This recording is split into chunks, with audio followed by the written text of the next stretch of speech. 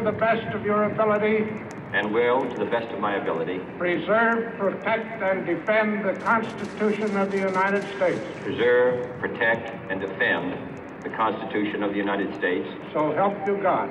So help me God.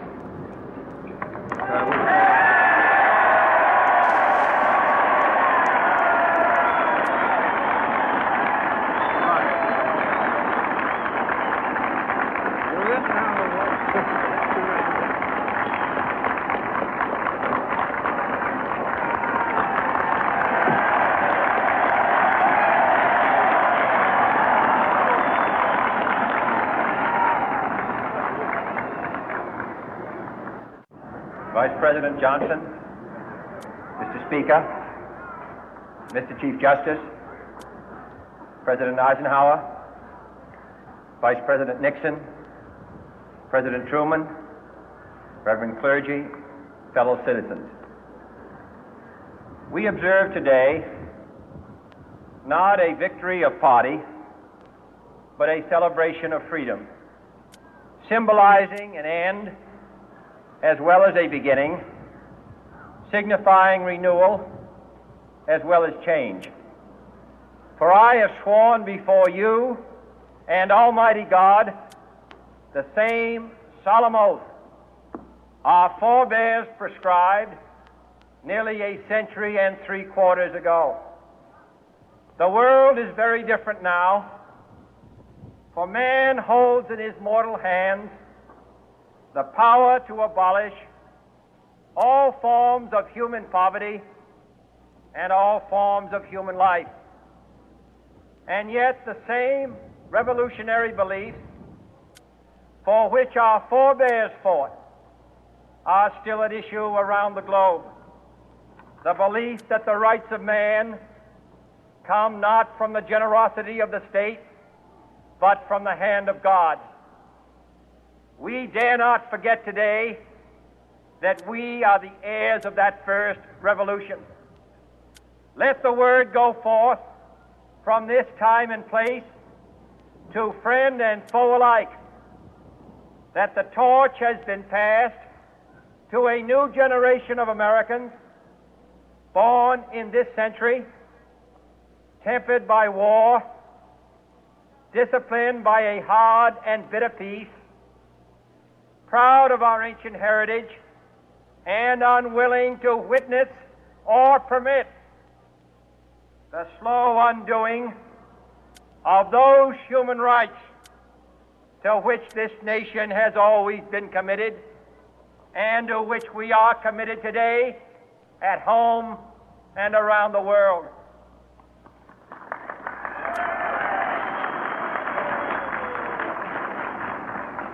Let every nation know, whether it wishes us well or ill, that we shall pay any price, bear any burden, meet any hardship, support any friend, oppose any foe to assure the survival and the success of liberty.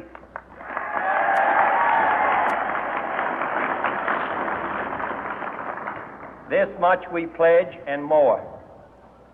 To those old allies whose cultural and spiritual origins we share, we pledge the loyalty of faithful friends.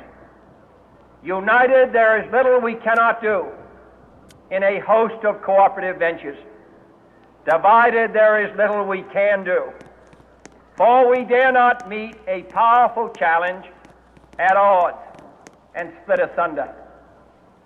To those new states whom we welcome to the ranks of the free, we pledge our word that one form of colonial control shall not have passed away, merely to be replaced by a far more iron tyranny.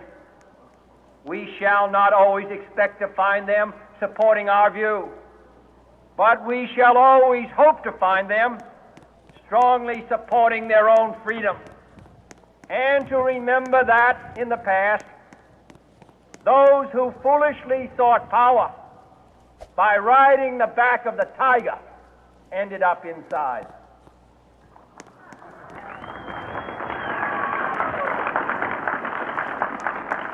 To those people in the huts and villages of half the globe struggling to break the bonds of mass misery, we pledge our best efforts to help them help themselves for whatever period is required, not because the communists may be doing it, not because we seek their votes, but because it is right.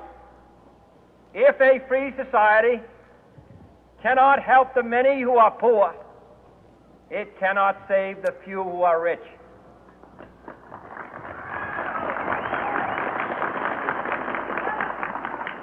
To our sister republics south of our border, we offer a special pledge to convert our good words into good deeds, in a new alliance for progress, to assist free men and free governments in casting off the chains of poverty. But this peaceful revolution of hope cannot become the prey of hostile powers. Let all our neighbors know that we shall join with them to oppose aggression or subversion anywhere in the Americas. And let every other power know that this hemisphere intends to remain the master of its own house.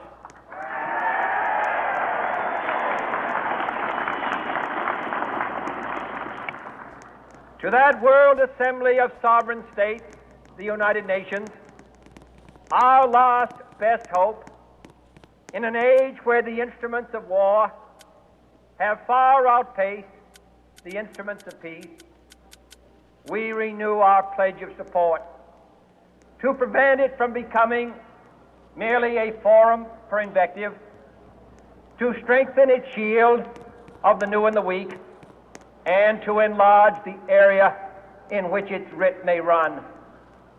Finally, to those nations who would make themselves our adversary, we offer not a pledge, but a request that both sides begin anew the quest for peace. Before the dark powers of destruction, unleashed by science, engulf all humanity in planned or accidental self-destruction, we dare not tempt them with weakness, for only when our arms are sufficient beyond doubt can we be certain beyond doubt that they will never be employed. But neither can two great and powerful groups of nations take comfort from our present course, both sides overburdened by the cost of one weapon, both partly allowed by the steady spread of the deadly atom, yet both racing to alter that uncertain balance of terror that stays the hand of mankind's final war. So let us begin anew, remembering on both sides that civility is not a sign of weakness,